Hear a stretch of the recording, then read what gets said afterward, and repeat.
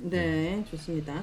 자, 이동관 탄핵 소추를 이동관을 지키기 위해서 어쩌면은 이걸 그냥 넘겼다고 말씀하신 그렇죠. 만큼 이동관의 존재가 정말 한 번 더 부각됐는데 야당에서는 이번에 못 지켰기 때문에 11월 말에 어떻게 해서든 탄핵 소추를 하겠다라고 했습니다. 어떻게 예측하십니까? 이거는 성공할 수 있을까요? 저희가 지금 언론노조 차원에서 이렇게 투쟁하는 게 두 가지지 않습니까? 이동관 국회 탄핵 그리고 이제 방송 3법을 대통령이 거부권 행사하지 마라. 네. 이 두 가지인데 이동관 탄핵은 이렇게 그 대통령 거부권 같은 경우는 거부권을 행사했을 때 다시 국회로 돌아왔을 때 3분의 2가 다시 또 이 동의를 해줘야 되는 그렇죠. 그 현실적인 어떤 문제점들을 네. 가지고 있단 말이죠. 근데 이 탄핵 같은 경우는 어찌됐건 간에 국회 이제 과반의 절반 정도가 승인을 하면 네. 그 탄핵 소추는 할 수 있는 것이기 때문에 네. 이제 그렇게 되면 기본적으로 한 6개월 정도의 이제 시간이 어찌됐건 간에 직무 벌수 정지가 있다. 된단 말이죠. 네. 지금 KBS 얘기 오늘 좀 집중적으로 많이 할 것 같은데 지금 보십시오. 이틀 만에 그냥 점령 당해버리는 거예요. 완전히 보도의 판이 바뀌어버리지 않습니까? 그러니까 이동관 탄핵 사유가 K 상황으로 인해서 더 저는 명확해졌다라고 봐요. 그럼요. 예, 네. 그래서 이 지금 장악의 시계를 멈추기 위해서는 국회에서 무조건 이거는 탄핵해야 된다. 그때 침낭 갖고 갑니까 이번에는?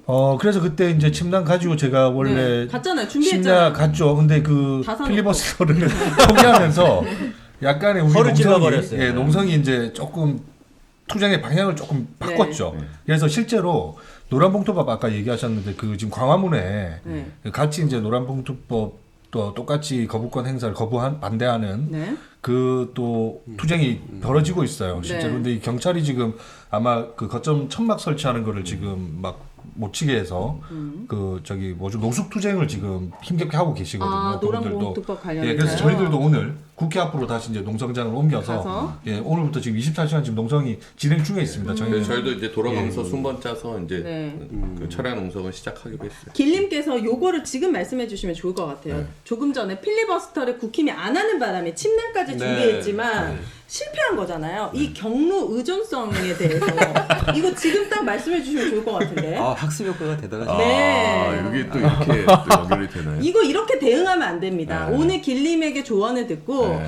반대, 그러니까 상대를 알아야 적을 알아야 네. 이길 수 있는 아직 것처럼. 놀라서 지금 어떻게 놀라지 마시고. 근데 이제 그런 것 같아요. 노랑 봉투법하고 이제 미디어법 저는 둘 다 같이 연대 운동이 좀 됐으면 좋겠다. 그 노랑 미디어법 뭐 이런 걸로 해서 이렇게 같이 연대장을 만들면 좋겠다 생각되는 게 네. 이제 연결되는데요. 경로 이전 상황을 말씀하셨는데 이게 무슨 말이냐면 과거에 했던 것들 관행적으로 되풀이한다는 것이거든요. 이게 보통 공무원의 정책을 그렇게 만드는 게 되게 많아요.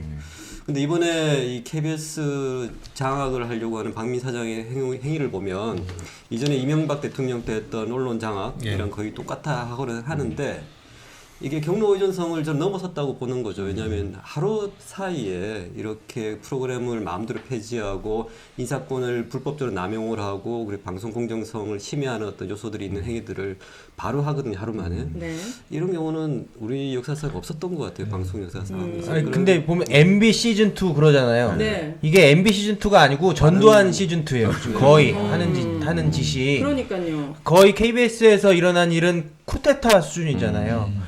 이게 보통 뭐 프로그램의 진행자를 하차시키려면 뭐 한 달 전에 이렇게 얘기를 한다면서요. 근데 왜 이렇게 갑자기 하느냐? 한 달의 그 기간을 주면 그동안 그 부당함에 대해서 계속 얘기할 거 아니에요. 여론도 계속 환기가 되고. 그러니까 네. 그 틈을 안 주려고 하는 거죠. 거의 쿠데타 수준으로 하는 거고 이거는 이명박 때보다 더해요. 그러니까 대응을 이명박 때처럼 하면 안 된다. 또 당한다고요. 네. 저는 이번 달 말에도 탄핵 소추가 못할 수도 있다고 저는 생각하거든요. 이 정도 저쪽의 결이라면은 국회를 어떻게든 안 열거나 아니면 어떤 방법과 뭐 수단을 써서 못 열 수도 있기 때문에 그거에 대한 대응들도 플랜 A, B를 좀 준비하세요. 그 전두환 대응하듯이 네. 화염병 아니. 어떻게 해서든 뭔가 그런 게 필요하다라고 보입니다. 그러니까 이게 MB 때만 해도 국정원 동원해갖고 되게 은밀하고 몰래 그렇죠. 이렇게 작전 짜고 시나리오 짜고 이렇게 이런 것들이 있었던 거잖아요. 네. 근데 이건 며칠 사이 그냥 백준 대낮에 그냥 그러니까요. 막 밀어붙인 거거든요. 근데 네. 저희 보면서 이렇게 악행이 막 띄엄띄엄 되면 이게 하나하나가 되게 커 보이는데 나쁜 짓이 한꺼번에 몰아쳐갖고 이렇게 하다 보면 나중에 이런 사람들의 체감이 좀 낮아져요. 맞아요. 무뎌져요. 의뢰 그러려니라고 생각하는 그런 것들을 사실 좀 노리는 게 아닌가 할 정도로 정말 엄청난 악행을 지금 하루 이틀 사이에 벌이고 있는. 네.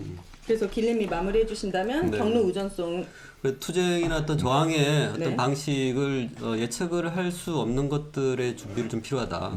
그리고 어떤 그것들 행위를 할 때 되게 더 이렇게 시간상 전격적으로 이루어져야 될 것들이 좀 필요하다. 그 다음에 네. 아까 말씀드린 연대는 굉장히 좀 하지 않았던 연대들을 좀 생각하실 필요가 있다. 왜냐하면 저쪽에서 생각하는 연대라고 하는 것들이 굉장히 이전 했던 것들 바탕으로 생각할 거란 말이죠. 이제 그걸 좀 넘어서는 것들이 필요하지 않을까. 네. 그래서 이제 저항의 어떤 경로 의존성들을 좀 벗어날 필요가 있다라고 해서 이제 말씀드렸습니다.